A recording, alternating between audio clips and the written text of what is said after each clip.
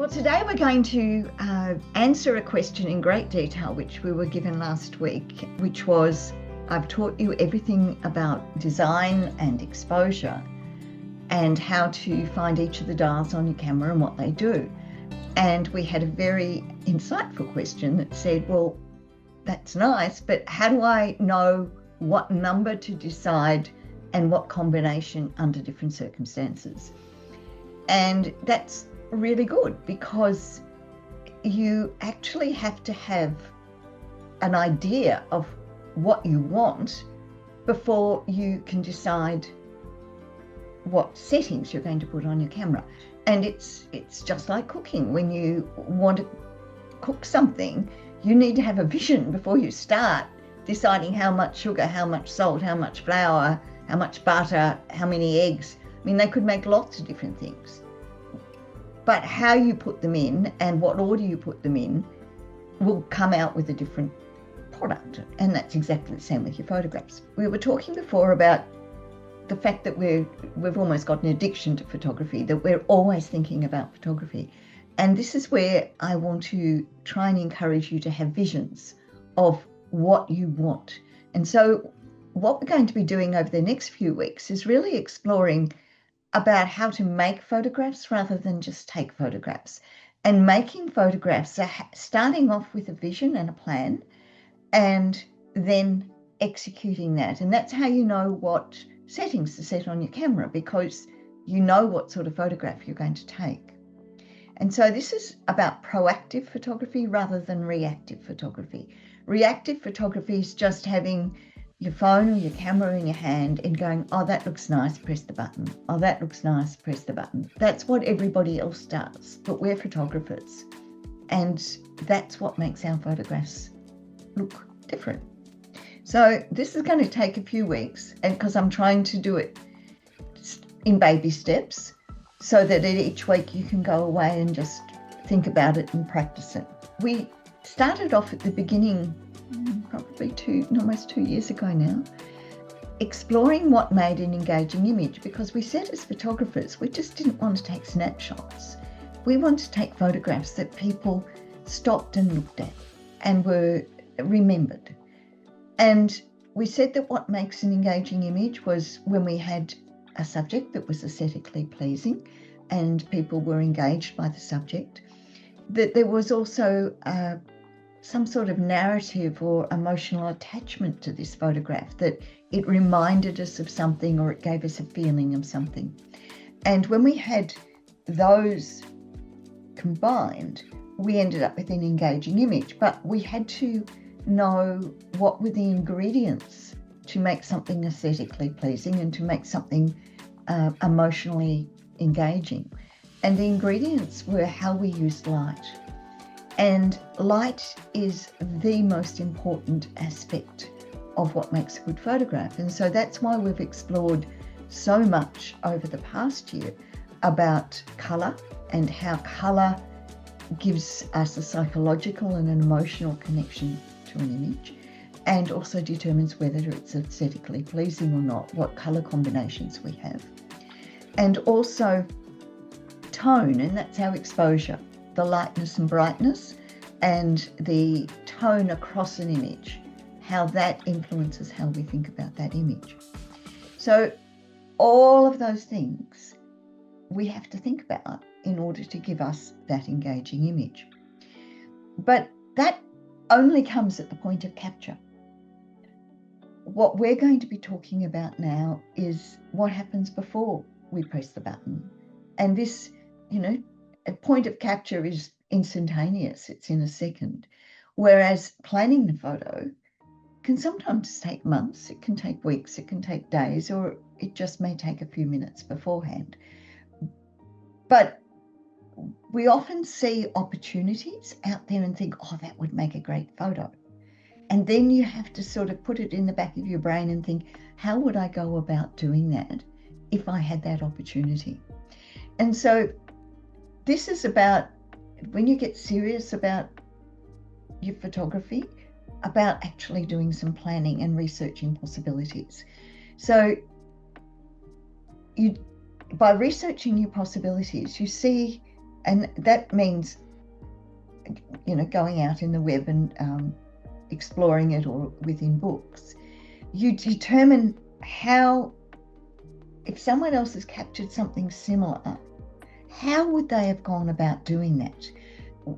Where would they take that? What sort of background would they need? What sort of subject, what sort of pose would be required? What time of day would it need to be? What sort of lighting would it need to have?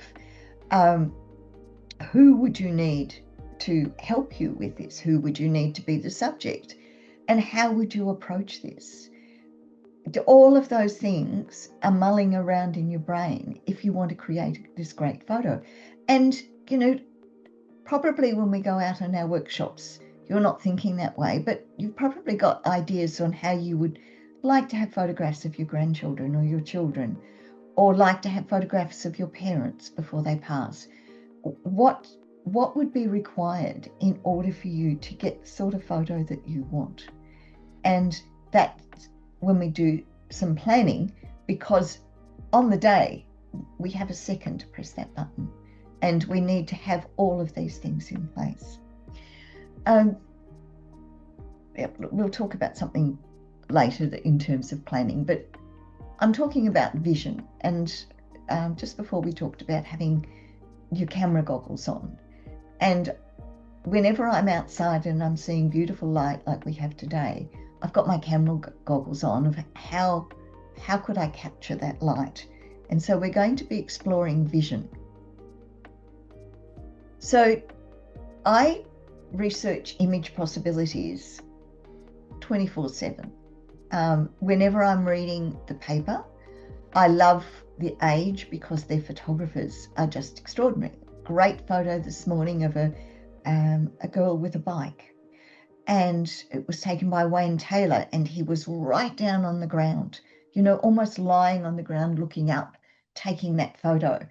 And it really made her the hero and also simplifies the background. And so they're the sorts of things that I just store away in my brain. Next time I'm trying to take a photo like that, particularly of my grandson, if he's riding his bike, that would be a great way to get right down low on the ground and look up, because it gives such a hero shot. So looking in papers and magazines, when I'm at the doctor's, I'm always reading magazines, and I've got my phone on me taking screenshots of what I'm seeing if I see a great idea. And we're going to talk about what do I do with those screenshots. I have photographic books. I've got a house full of photographic books.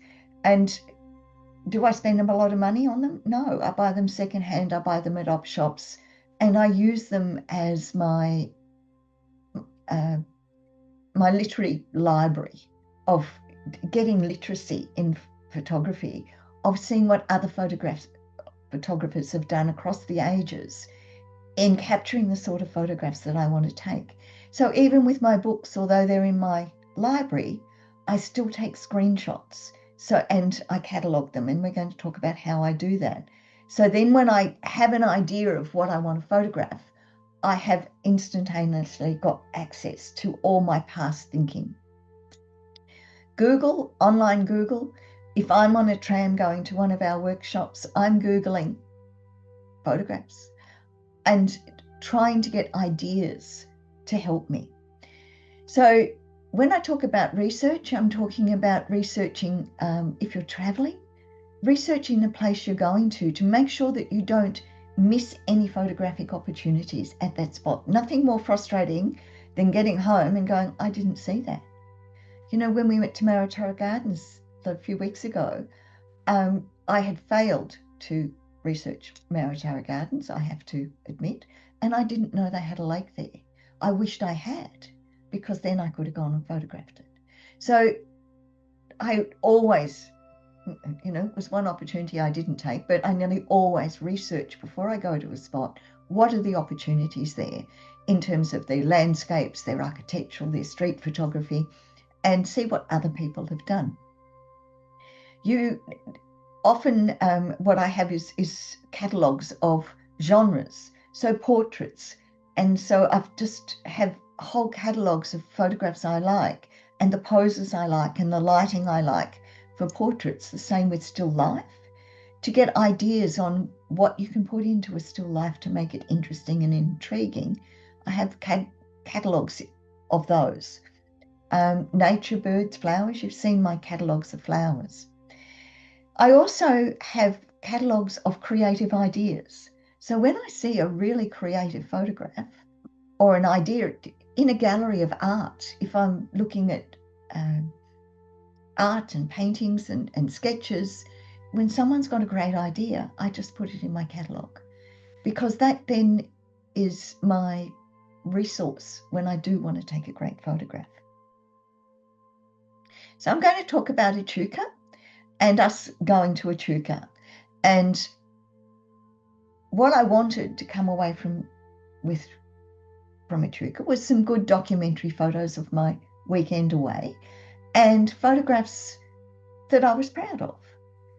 I didn't have great ambitions. I wasn't planning them, putting them in a book or putting them on my website or putting them in a competition.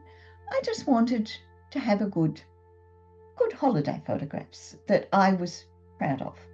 So what I did was went in and researched what other photographers had done. And this is the approach that I use, where I look at what other artists, I go into my catalogue, and I'll show you how I store that catalogue, of what other people have done in the past, so I can get ideas for when I shoot it that weekend, and they'll be in my mind as a recent idea.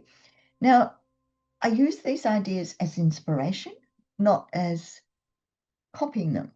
It's about looking at the camera angle. So like today in the paper with Wayne Taylor's photograph of this bike looking up, that camera angle is something I store. Love camera angles that are low or high. They really give us a view of the world that we don't normally have.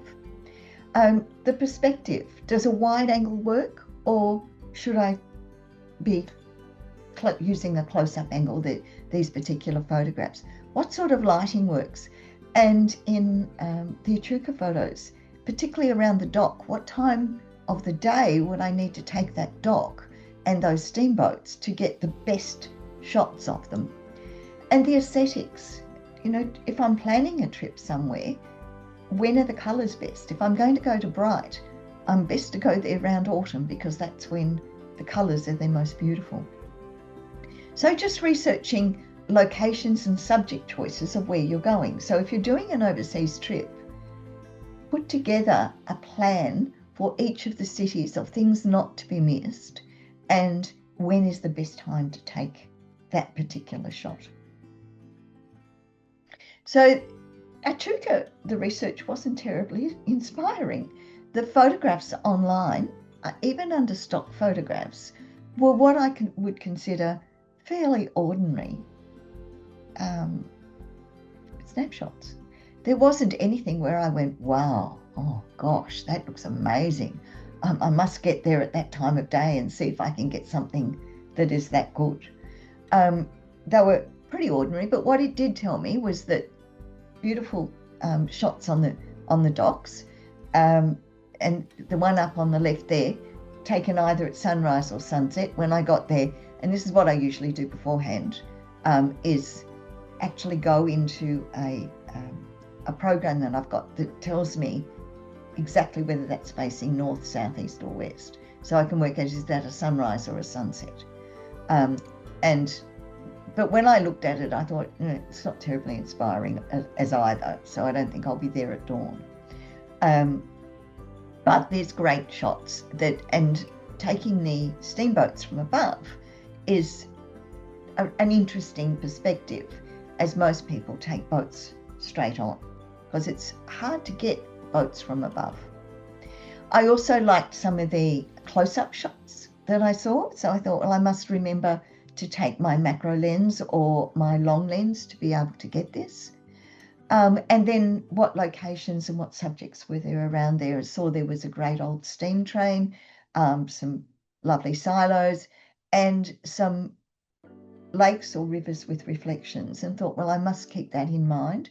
I love the docks and the detail of the docks and thought I must remember to get down there and take that detail. So that's the sort of research that I do. It's with Echuca, I actually didn't save these photographs because I didn't think they were inspiring enough, but I kept the ideas in my head of all the places I needed to go and the things that I needed to shoot. The other one was Rochester. When we said we would have lunch in Rochester, I googled that, found that it had silos and thought, good, I'll keep that in mind. The other thing is at Echuca, the old boat, I saw that online and I thought I must find out where that is. That looks really interesting. And the museum with all the working equipment. So that was what I had as my repertoire in my head of the sorts of things I wanted to capture. So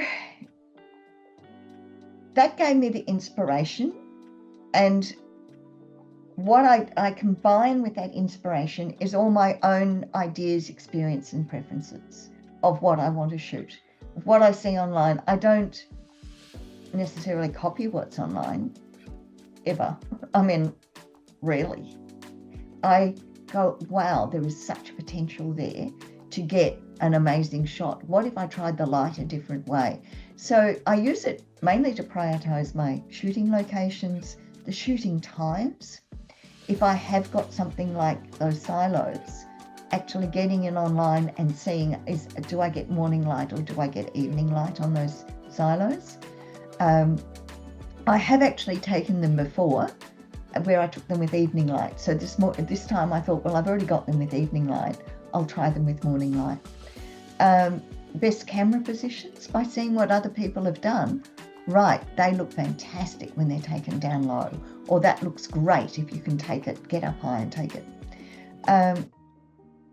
Just try and do better with than what the stock photos were. So these were my Echuca photos where I took the riverboat up high. I had seen wisps of steam coming out of other riverboat photos, so I thought, well, if I can get there, find out what time that riverboat actually leaves when I talked about timing, and make sure that I'm down on the docks when that riverboat leaves, because that's when it has its steam. Looking at the silos with morning light. With evening light, I had to take them from the other side, but this was with morning light. Getting down to the docks, remember I said all of those beautiful infrastructure underneath the docks, and the details of the wheels, the details at the museum, again optimizing the reflections on the river, getting a photo of that old boat, but with much better lighting than what the person that we'd seen before, and getting a photo of the train. I took this really it was right on sunset, and that's where we've got that beautiful golden glow. But again, it's at a high ISO, so you can actually see the granularity in that photo. So that's what rather than just taking what you see when you get there, by having that plan in place, you can really optimize that trip to Echuca and the money that you've paid in that overnight accommodation and petrol and everything to get there. And particularly if you're going to a place and you've got a very short time that you're going to be there, really being able to prioritize, do you shoot at dawn? What's available during the middle of the day that will look good? That's often when you get really great reflections.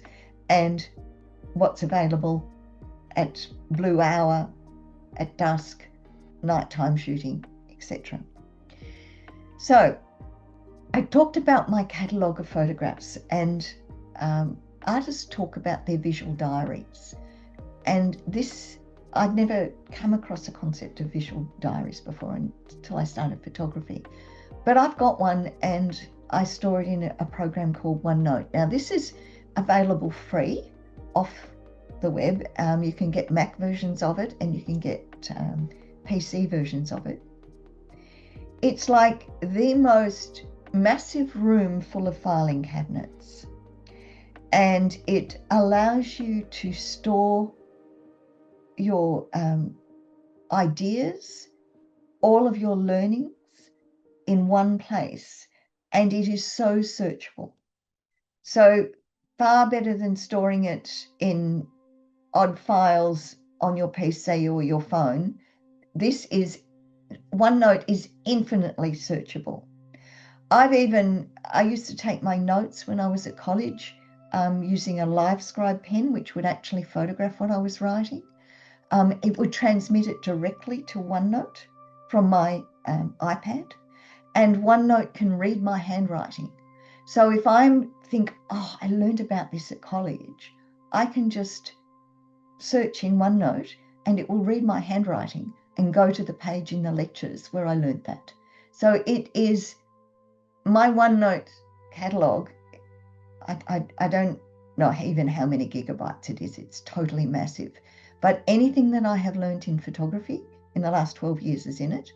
And my visual diary, I take photographs all the time, and just cut and paste it in there. So I'm going to talk you through my how I used OneNote last week. I had a friend who said to me, Pam, I decided, she's a vocalist who doesn't work full-time as a vocalist, works part-time as a vocalist. And her agent has said she needed a music poster. And she said, I don't even know where to start with a music poster. Would you photograph me so I can have a music poster? And she said, I also need some promotional photos of me to show around gigs of who I am. And I said, no worries, I can do that for you. So have I ever done this before? No, I haven't. So what I had to do was go in and research photographs of musicians and vocalists to see what sort of poses, to see what sort of camera angles, to see what sort of lighting, to see the sorts of things that were available. And so I just Googled these, and every time I Google them, I just do save image as and just pop it in this page. So just OneNote is very flexible with all of this stuff that you can just, I created a section, and this is under my work folder, a section called Catherine Poster, and I've just got pages in there. And so one of the first pages, was, sorry, I've gone back. One of my first pages was creating a page, and that one was just all poses. And these are just copies of photographs from the web to give me ideas on how you take singers. What is the angle? What is the lighting? How do you do it? And what sort of props? Because I had to tell her what to bring. I was going to photograph this in my hallway, so we weren't going to be on a stage. I had to know. Then I got the ideas from here, and these were the photographs that I took. So I got the ideas for the lighting, for the poses, for the camera angles, and what sort of background I would shoot her against. So then I went into posters because I needed to know what sort of background to shoot her against. And I shot her against black and I shot her against white because I had different options in the posters of what sort of backgrounds I would need to put into these posters. So I needed to know that in advance. And the posters also gave me this option of having her as close-ups, as full body shots, as a combination of full body shots and close-ups. So I needed to know all the different lenses that I needed to shoot her with so that I could get this. So then I ended up, this is her posters, which it was her birthday yesterday, and I showed her the posters that I'd given her. That's what I do for planning, and I know it's right over the top compared to what you'd want to do, but that's what, if you have a vision and you know what you want, then that's the sort of work that you have to put in place prior to, because I only had 2 hours or so to shoot her, and that was sort of a one-off. She works most of the times, like 24/7, she works all the time. I had a 2-hour window to sort of grab those sort of shots. So that's what we did, and she was really happy with them. So what I want you to do is to see if you can download something like, I use OneNote. OneNote I would never go past. I love it. But if you want to use something else, fine. Create a visual diary. Get in onto YouTube and see how to use OneNote, and then start practicing when you see a great photo of, say you want to shoot your grandchildren. Whenever you're looking at photos of how photographs have been taken of small children, just use your phone. You can send it directly to OneNote from your phone. So there's an option in Send to send to OneNote.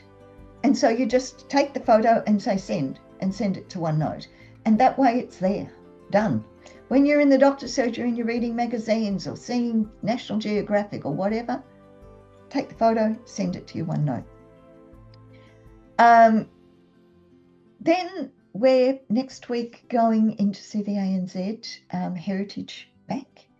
I want you to do a bit of planning before we go. See what's available to shoot. And so if we're there and we're doing a tour, and you say to the guide, look, I'd really like to photograph this.